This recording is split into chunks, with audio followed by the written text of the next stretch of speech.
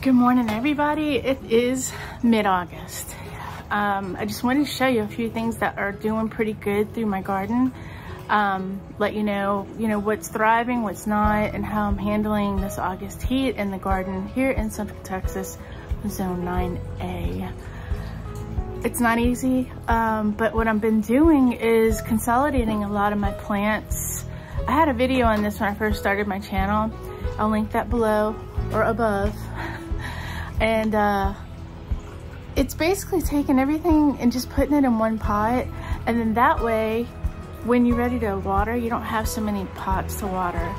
I'm finding myself having to water my pots a lot. Things are drying out, and things that are in the ground are mostly native, but let's go ahead and do a little tour of what's doing well.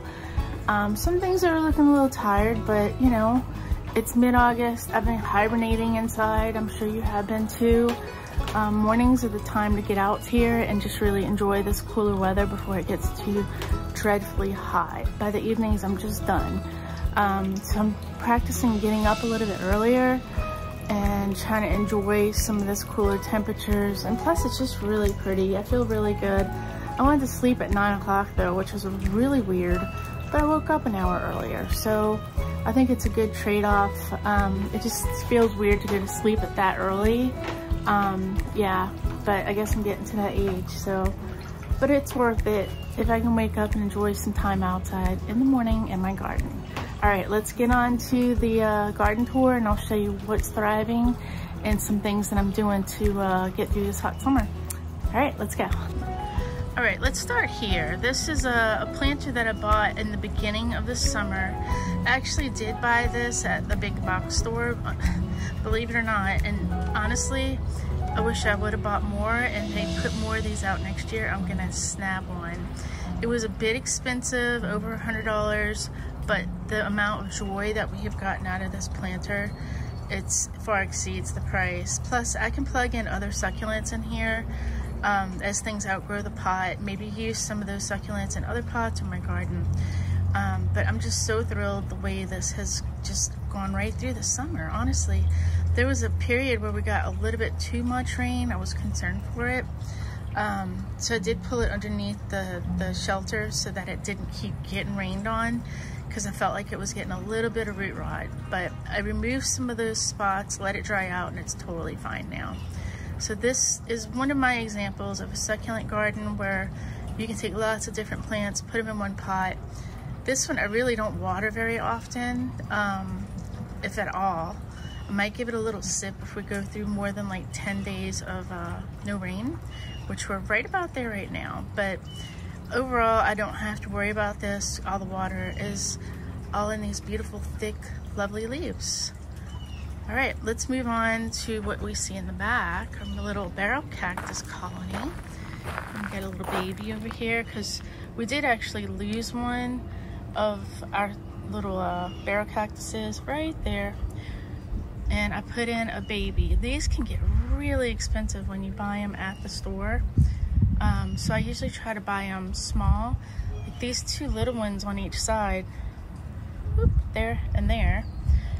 Those were about $10 each, and they were smaller than this when I bought them, and that was actually a pretty good price. And I just enjoy watching them grow up. We had a little bit of rot on this underside of here, of this barrel cactus, and I let it dry out real good. It seems to be healing itself, and I think it's gonna be fine. You know, in the winter I do cover these if we're gonna have any type of freeze.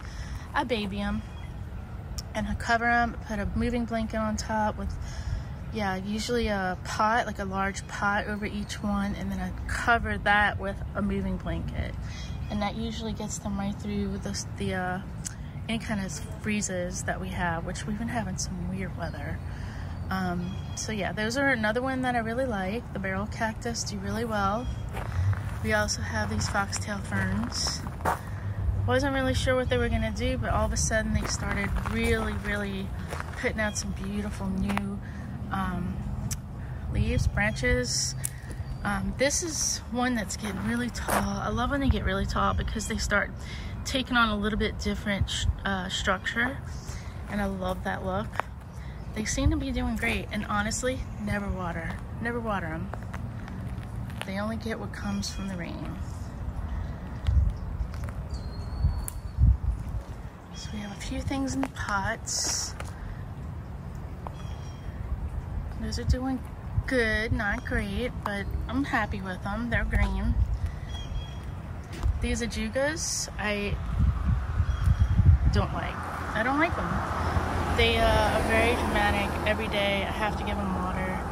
And I'm not really sure because these guys, I believe these are the chocolate chip ajugas. I don't have to do anything. These are just thriving.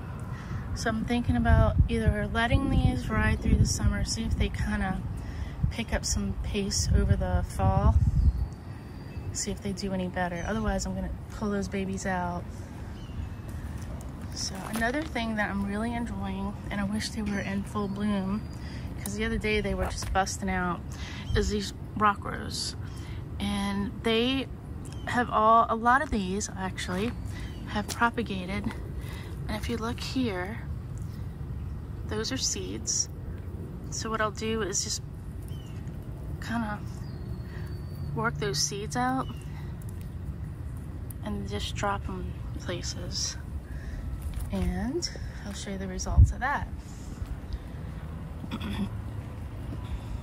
We get little pieces that pop up in the rocks. Go figure, it's a rock rose. This one's growing in with some of the cactuses that I plugged in. We have a lot of these prickly pear, spineless prickly pear. It's hard to say. And the petals sometimes fall off, and I just go ahead and put them in other places and they grow. So those have been really fun. Okay. This side of the garden is the forgotten zone, but honestly, I'm really enjoying it. More cactus, because we had a lot of cactus that fell off. So I just literally have plugged them in. Most of them came off this larger cactus here, and all these little ones I've plugged in. And I probably need to go ahead and work my way through here. It's just, I'm not gonna do it right now, but, and just kind of make that its own little cactus colony. And I think by having so many in one space, it kind of makes a little bit more of a statement. And I don't have to worry about it. Kind of works on its own. I have one of these tropicals. I think this is a philodendron. I'm honestly not 100% sure of the name, but I propagated it and made probably about 4 or 5 different plants. And we get enough shade under this oak that it's doing pretty good. And it does need water, but look how dry it is.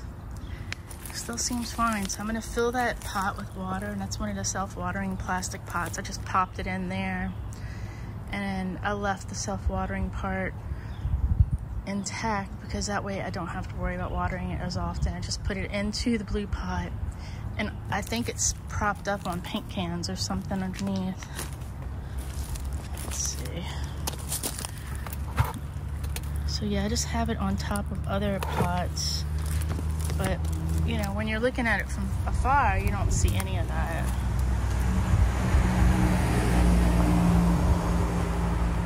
That looks pretty nice. I wish it had more color, but it's really hard right now, so I guess the pot is my color. Alright. So we'll just do a little front yard walkthrough. And like I said, things are struggling. Like, these are my bromeliads. They're looking a little sad. But if I give them some water, which I will, after I finish the video, and they'll perk right up. No flowers. It's just focusing on survival right now, and I'll probably hit it with a high nitrogen fertilizer at the end of August when things sort of cool down a bit, and then push out some new color. But I'm patient, and you know, it's surviving right now. It's not even putting out new growth. It's just too hot. So these are some little succulent babies that I've put in pots, and just some little things that have popped in here. This is a planter I made in another video. I'll try to go ahead and post that above.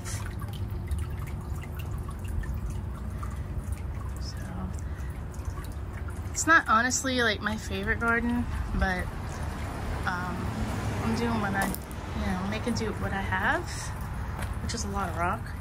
Here's one that I did. I actually designed this one, and it's taken off a lot this summer.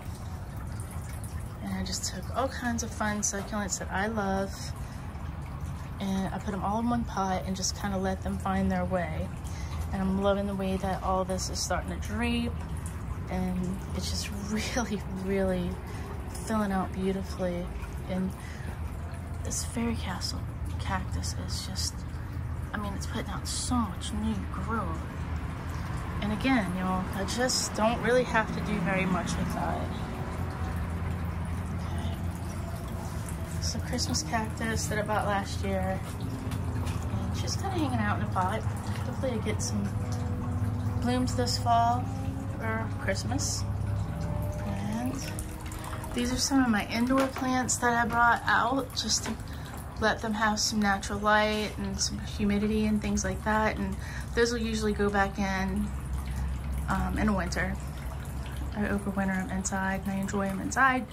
And we have a really cool bonsai ficus that was given to me, and she's doing really well. I'm actually thinking about bringing her back inside.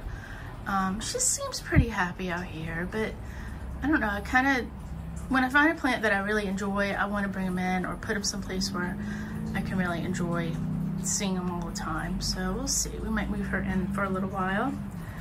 And this is my little pile of plants for gifting. I like to have plants that when people come over, we had some little boys come over the other day and they wanted to bring their mom a plant, and so I was able to just pick one up and let them pick one. They were so cute and excited about bringing it to their mom. These are some of my little cactus babies that I just put in these little pots for now. And I did them singular because I thought that they would be really cute as a grouping. And look how beautiful these are. I've always loved these. These are just so pretty and like little flowers. And these are some more of my little succulent gardens that I've put together. Some of them are old, some of them, this guy's probably about 4 years old. Actually, probably all of these. I knew this one in the yellow pot is 4. And then this little Rasta dude, he's pretty cool. And he's got all kinds of really cool crested pieces that are super interesting.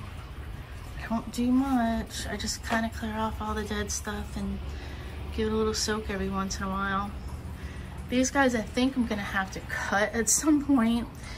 I'm trying to get them to grow out towards the sun, but they're kind of doing so at the top. So they're sort of propped up against the wall right now to give it a little bit of stability. And I think I'm gonna have to cut them at some point and repot them. I'm not sure how to do that, so I'm gonna call a friend of mine that is a big cactus guy, and he'll be able to help me out with that, teach me how to do that. And then my string of pearls is just doing her thing. I bring her in every winter, put her in my bedroom, I hang her on the like curtain rod, and then she comes right back out to this spot because I know this is where she's happiest. And look at that. I mean, that's really long. That's gotta be at least 3.5 feet. It does beautiful. So if you find a place that your plants like to be, then leave them there. These are just some other things that I've kind of been playing around with. You know, I have a greenhouse, but yet for some reason, I always pop my plants right here in this little area. Don't know why. I have a beautiful greenhouse, but I don't use it. It gets really hot in there. It seemed like a good idea, but it wasn't. Lesson learned. So these are my indigo spires. These are doing pretty good. And here's my little tire tracks from the kids that came over. I guess they decided to go down the path. And here's a butterfly garden. We have our Artemisia, Greg's Miss flowers, some milkweed.